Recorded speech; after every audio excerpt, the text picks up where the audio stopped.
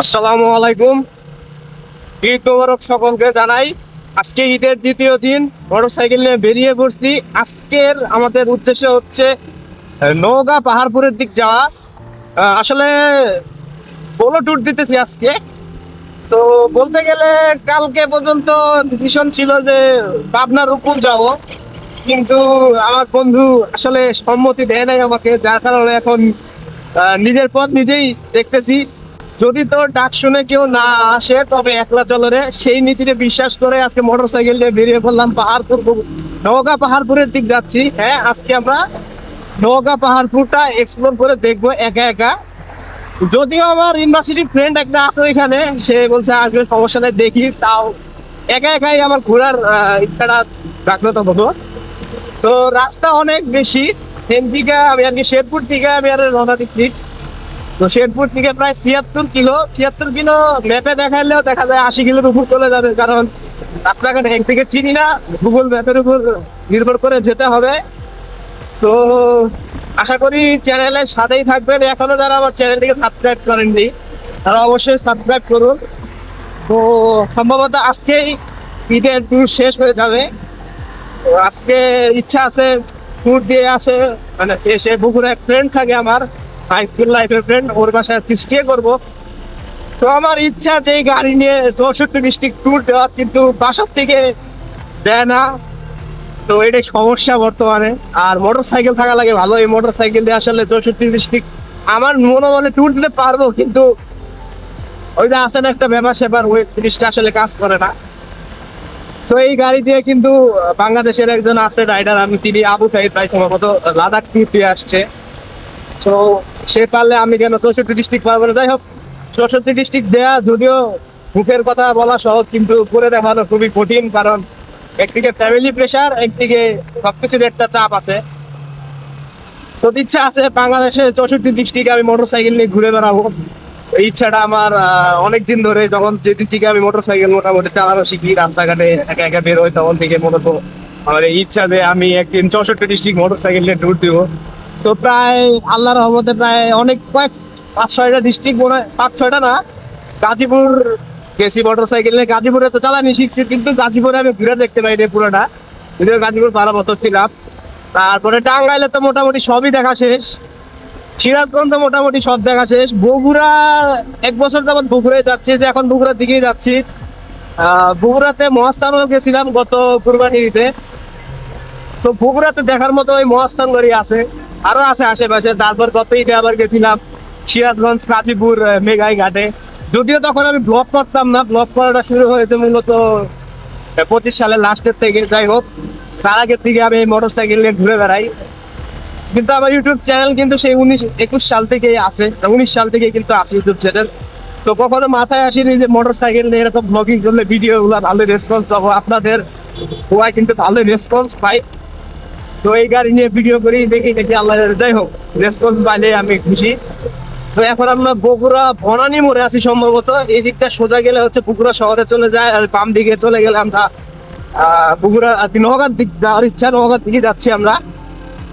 তো সামনে গিয়ে গুগল ম্যাপটা দেখতে হবে, যেহেতু আজকে আমার সাথে কেউ নেই হেল্পিং হ্যান্ড হিসেবে, যে পিছু থেকে গুগল ম্যাপটা দেখে আমাকে ডিরেকশন দিবে। তো নিজে নিজে একা একা দেখেই চলে যেতে হবে। আর হ্যাঁ, কালকে আমার জীবনে আমি একটা রেকর্ড করছি, 190 টাকা লিটার পেট্রোল অক্টেন কিনছি খোলা বাজারে।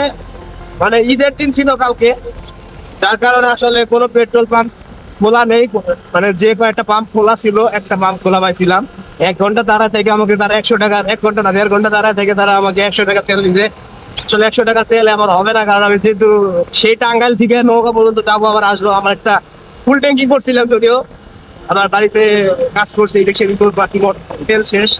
তো যার কারণে আসলে ট্যাঙ্কিটা ফুল না করলে আবার দেখা যায় বিপদে পড়তে পারি। যার মধ্যে যদি এখন আবার তেলের ক্রাইসিস হয়ে যায়। তো যেতে থাকি, চলেন আমরা যাই। এখন ক্যামেরাটা অফ করে দেই, সামনে গিয়ে দেখতে হবে ম্যাপটা। তো এখন আপাতত ক্যামেরাটা অফ করে দেই। তো আমরা কিন্তু এখন নওগাঁ রোডে আছি। তো এই রোড দিয়ে সরাসরি গেলে নওগাঁ শহরে পৌঁছাবো, তারপরে পাহাড়পুর। তো এখান থেকে নওগাঁ রাস্তার পাশে যে ছুটিগুলো থাকে ওখানে লেখা আছে 43 কিলো। তো রাস্তা হচ্ছে 2 লেন, কিন্তু ঠান্ডা মাথায় যেতে হবে। এতক্ষণ 4 লেনে আসছিলাম, ইচ্ছা মতো পুরো দূরে টানতে পারছি। এখান থেকে সান্তাহার 37 কিলো দেখা যাচ্ছে। দেখি চলেন যাইতে থাকি। আজকে আর কোনো তেলের টেনশন নাই, কারণ কালকে 3 লিটার অতিরিক্ত আমার গাড়িকে উপর টোকন দিছি, মানে ঘুরতেছি তেল। তো সে আর এবার বলবে না যে হ্যাঁ আমাকে তেল দাও। তো আজকেও মোটামুটি যা দেখলাম আর কি, শেরপুর থেকে বগুড়া শহর পর্যন্ত যে কয়টা পেট্রোল পাম্প পাইছি সবগুলো মনে করেন বন্ধ আর কি। সবকিছুটাই ঠিক। বাইকাররা সিরিয়াল, বাইকার তো এখন সকালে এত বেরোবে না, সবাই বেরোবে বিকালবেলা। তো বিকালবেলা নাও দিতে পারে পেট্রোল, এখন বলা যায় না। তো আমি রিস্ক নিলাম না, যেহেতু আমি নতুন একটা অচেনা জায়গায় যাইতেছি। তো এদিক সেদিক না ঘোরাচ্ছে। এটা সম্ভবত বগুড়া এয়ারপোর্ট, বিমান বাহিনী এলাকা শুধু। হ্যাঁ, বগুড়াতে একটা এয়ারপোর্ট আছে, এটাই সম্ভবত বগুড়া এয়ারপোর্টের রানওয়ে। তবে ক্যামেরায় কতটুকু আসছে জানি না।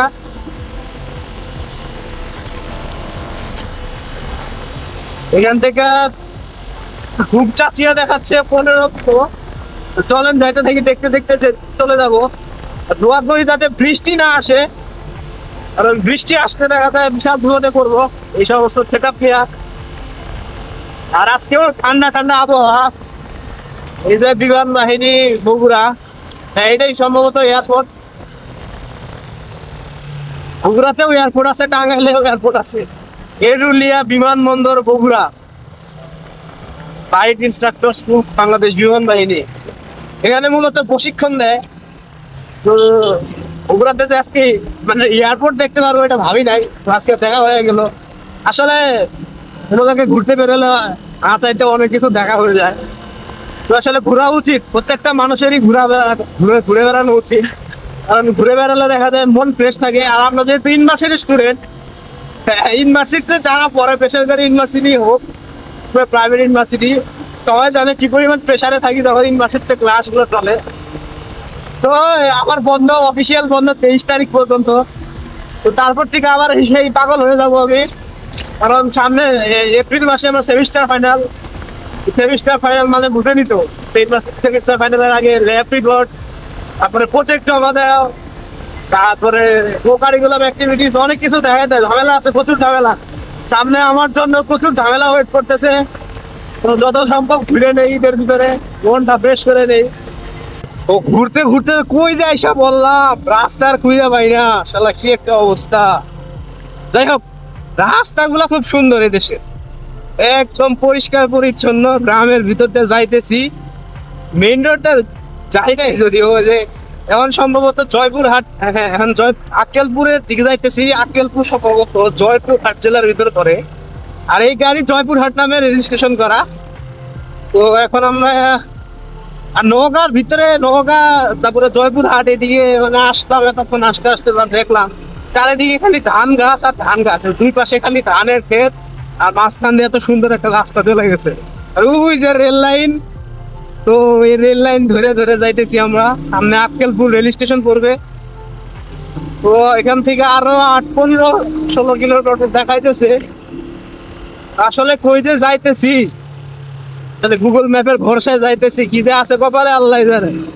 মানে এই পর্যন্ত চেক কয়বার গুগল ম্যাপের ভরসায় গেছি আমি, সবগুলোতে ধরা খাইছি। আজকে মনে হইতেছে একটা ধরা খাবো। দেখা যাক, যাইতে থাকি, মানুষের কাছ থেকে শুনে শুনে দেন গুগল ম্যাপে দেখে দেখে যাইতেছি, এখন যা আছে কপালে। তো চলেন যাইতে থাকি, আপনাদের নিয়েই যাই।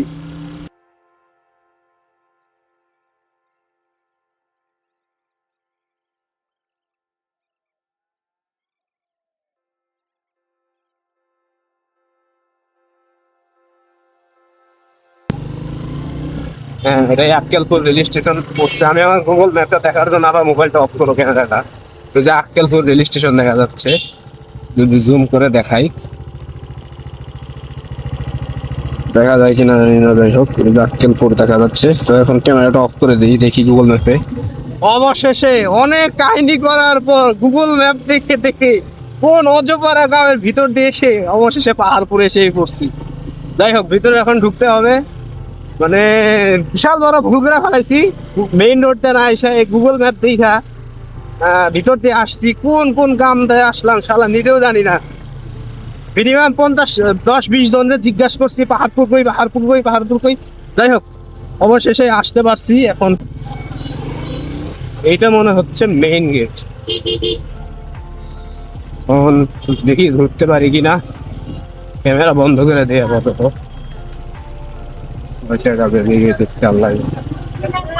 বিশাল ভিড় দিই।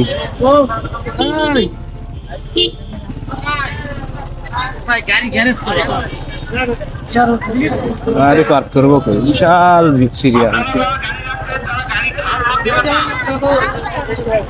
ওইটা হচ্ছে মেইন গেট, গাড়ি পার্ক করতে এখানে এসে সর্বপ্রথম মোটর সাইকেলের জন্য আর কি পার্কিং এর জন্য রসিদ রাখতে হয়। সো মোটর সাইকেল লাগছে ওইখানে, মোটর সাইকেল। সো এখন এন্ট্রি টিকিট নিয়ে ঢুকতে হবে, মেইন গেট হচ্ছে ওইটা। তো এখন দেখি যাই এখানে কি করতে হয়। তো চলে আসলাম, পাহাড় হচ্ছে গেট। এখন টিকিট কেটে দেখি ঢুকবো। হ্যাঁ, এখানে দেশি পর্যটক টিকিট কাটা শেষ, 30 টাকা করে একটা টিকিট। এখন ঢুকবো আমরা। ও এখানে আরো প্রবেশ মূল্য রয়েছে। দেশি পর্যটকের জন্য 30, মাধ্যমিক উচ্চ মাধ্যমিক শিক্ষা স্তরে 10, আর বিদেশি 500, আর থাক বিদেশি পর্যটক মানে 500-200, আর এটা হচ্ছে নর্মাল 30 টাকা করে। তো এখানে সিরিয়াল দিয়ে ঢুকতে হবে এখন। তো ভিতরে দেখি বিশাল জায়গা, মিউজিয়াম, রেস্ট হাউস, তো আমরা এখন সর্বপ্রথম জাদুঘর দিয়ে দেখা শুরু করি। এই যে জাদুঘর দেখতে পাচ্ছি সামনে, যদি ক্যামেরা ঘুরাই তো ওই দেখা যাচ্ছে পাহাড়পুর জাদুঘর। ফোকাস আউট হয়ে যাচ্ছে। আমরা এখন জাদুঘরের দিক যাই, দেখি কি আছে। এত কষ্ট করে আসলাম, 90 কিলোর বেশি বাইক চালায়া, দেখি কিছু আছে কিনা ভিতরে। চলুন যাওয়া যাক। জাদুঘরের ভিতরে সম্ভবত ক্যামেরা অ্যালাউ করবে না, দেখানোর কিছু আছে কিনা দেখি, যাই আমি নিজেই দেখবো। নিলাম জাদুঘরটা, পরে দেখি। আগে সামনে যে দেখতে বিশাল বড় টিলার মতো, ওইটাই আগে দেখে আসি। আমার কাছে ওইটাই আকর্ষণীয় লাগে। ওইদিকে যাচ্ছে আপাতত। তো চলুন যাওয়া যাক। বিশাল বড় টিলার মতো কিছু একটা দেখা যাচ্ছে, ওইটাই যাই। ও ওই যে দেখা যাচ্ছে কিছু একটা পাহাড়ের মতো, সেখানে যাওয়ার চেষ্টা করবো আমরা। এখন মানুষ যেহেতু যাইতেছে, তো কষ্ট করে আসলাম, দেখতে হবে সবকিছুই। এত দূর থেকে আসছি, এটাই মূলত মূল আকর্ষণ। পাহাড় আছে টিলার মতো, সেটা দেখতে হাজার হাজার মানুষ আসছে আশপাশ থেকে। যদিও ভিড় কম মনে হচ্ছে, আরো মনে হয় ভিড় থাকতো।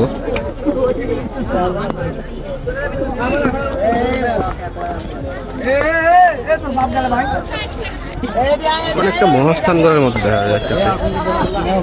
যতটুকু জানলাম এটা হচ্ছে একটা মন্দির, যার কারণে আসলে উঠা নিষেধ করে দেখছে। উপরে দেখতে পাচ্ছেন দুর্গের মতো, ওইটা দিয়ে মানে কি ওইটাই সম্ভবত কিছু একটা হবে। সো যার কারণে পবিত্রতা বজায় রাখার কারণে মূলত এখানে উঠতে দেয় না কাউকে। এটা হচ্ছে ফ্রন্ট সাইড, এদিক দিয়ে মূলত যে সিঁড়িগুলো দেখতে পাচ্ছেন, সিঁড়িগুলো দিয়ে মানুষ মূলত একসময় মানুষ সম্ভবত ওঠানামা করতো। ওই হচ্ছে কাহিনী। এদিকে আরেকটা আছে কিছু একটা, ওখানে দেখি, চলেন যাই। তো এখানে একটা টিলার মতো আছে উঁচু, এখানে উঠছি। এখান থেকে মূলত দেখা যায় সবকিছু। এই যে পাহাড়পুর পুরো এলাকাটা এখান থেকে আসলে সার্ভেলেন্সের মধ্যে আসে। বেশি একটা বড় জায়গা না। তো আমরা ঢুকছিলাম ওই দিক দিয়ে, এদিক দিয়ে আরেকটা গেট আছে সম্ভবত। ওই যে ওই রোড দিয়ে আমি আসছিলাম মূলত। ওই যে বাস দেখতে পাচ্ছেন একটা, ওই রোড দিয়ে মূলত ঢুকছিলাম। তখন ঢুকলাম না, এখন এসে দেখি জাদুঘর বন্ধ, লাঞ্চ ব্রেক চলতেছে। সো এখানে থাকার আর কোনো মানে হয় না। এখন বেরিয়ে যাব, জয়পুরহাট শহরের দিক যাব, দেন লাঞ্চ করবো। দেখি জয়পুরহাট শহরের ভিতরে ভালো দেখা যাক, লাঞ্চ করে দেন বন্ধুর বাসার উদ্দেশ্যে রওনা দেবো বগুড়া। চলুন এখন এক্সিট করে মানে গেট দিয়ে বেরিয়ে চলে যাই। সো আমরা পাহাড়পুর বৌদ্ধবিহার থেকে বের হয়েছি আরো আধা ঘন্টা কি 45 মিনিট আগে। আমাদের এখন মেইন টার্গেট হচ্ছে যে আমরা বগুড়ার দিক যাব। তো বগুড়ার দিক যেতে চাইলে সর্বপ্রথম আমরা জয়পুরহাট শহরে আসতে হবে, কারণ আমি খাবার দাবার খাইতে হবে, কারণ খাই নাই জয়পুরহাট সরকারি কলেজ। তো এই হচ্ছে জয়পুরহাট, হাতে যে রেল লাইনটা দেখতে পাচ্ছেন সামনে হচ্ছে জয়পুরহাট রেল স্টেশন। আমার আব্বুর প্রথম চাকরি হয়েছে এখানেই, মূলত আব্বুর পোস্টিংটা সর্বপ্রথম জয়পুরহাটেই হয়। আর যে গাড়ি চালাইতেছি এই গাড়িটাও জয়পুরহাটের নামে রেজিস্ট্রেশন করা। তো ক্লাস 8-এ থাকতে 2015 সালে আজকের থেকে 11 বছর আগে আসছিলাম জয়পুরহাটে। তেমন চিন্তা আমরা তখন এখনো চিন্তা ছিল না, কারণ নতুন জায়গা। আমরা এখন মেইন রোডে উঠবো, মানে যে রোডটা আর কি হাইওয়েতে যা উঠবে সেই রোডটা খুঁজতেছি। অনেকজনদের জিজ্ঞেস করতে করতে আসছি। আর জয়পুরহাট শহরটা ছোট যতদূর জানি আমি। আমরা এখানে একটা খাবার দাবারের হোটেল খুঁজে বের করে খেয়ে দিয়ে বগুড়ার উদ্দেশ্যে রওনা দেব। এটা হচ্ছে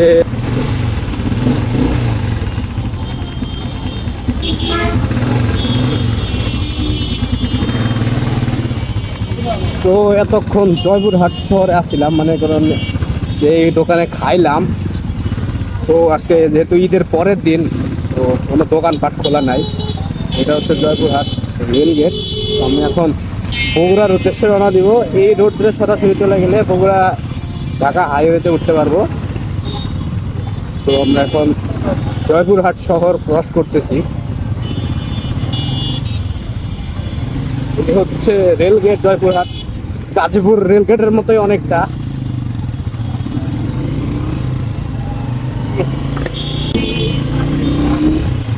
তো এই জয়পুরহাটের সাথে ছোটবেলায় থেকে আমার সম্পর্ক না থাকলেও আমার আব্বা আম্মার আর কি এখানে আর কি আব্বার প্রথম পোস্টিং এখানেই হয়েছে। যেহেতু পল্লী বিদ্যুতে চাকরি করে, তো সামনে যাইতে পল্লী বিদ্যুৎ সমিতি করবে, জয়পুরহাট পল্লী বিদ্যুৎ সমিতি। তো গাড়িও এখানকার নামে রেজিস্ট্রেশন করা। তো সেই হিসাবে জয়পুরহাটে আসা দরকার ছিল। আসছিলাম 2015 সালে, আজকের থেকে প্রায় 9 বছর আগে, মানে 11 বছর আগে।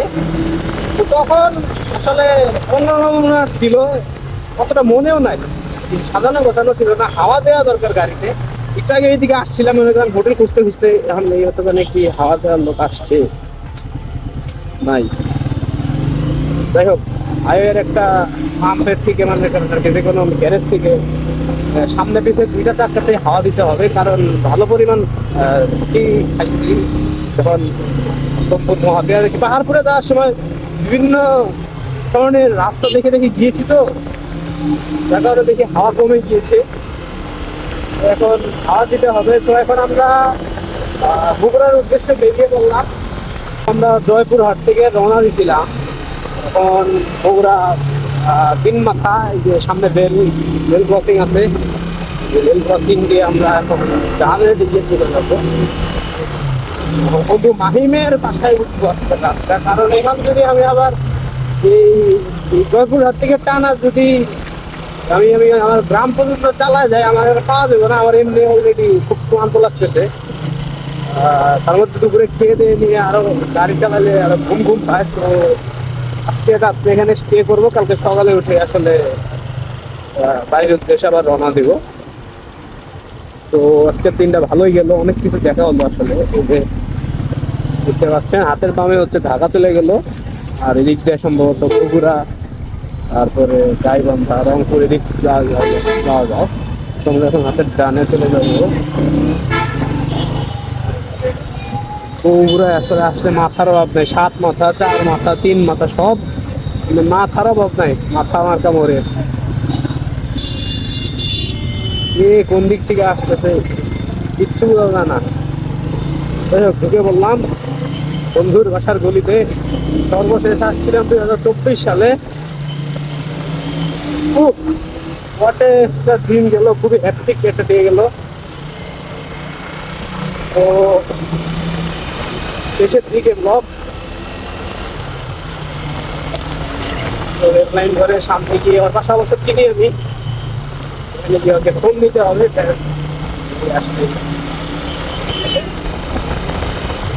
তো ভিডিওটা কেমন লাগলো অবশ্যই কমেন্ট করে জানাবেন। তো এই ধরনের ভিডিও চাইলেই করা যায় না, ইচ্ছারা আসলে এভাবে মোটর সাইকেল নিয়ে বেরোনো সম্ভব না, কারণ বাসায় খাইতে হয় মোটর সাইকেল নিয়ে বেরোয় গেলে। এত দূর একা একা কভার করলাম, প্রায় 150 কিলোর উপর মনে হয় সম্ভবত চালাইছে। এখন আর বাসাটা কোনটা এটা আমার আইডেন্টিফাই করতে হবে। সম্ভবত ওইটাই বাসা, ওইটাই মাহিমের বাসা। এই আসছিলাম 24 সালে ওর বাসায়। এখানে একটা কল নেই।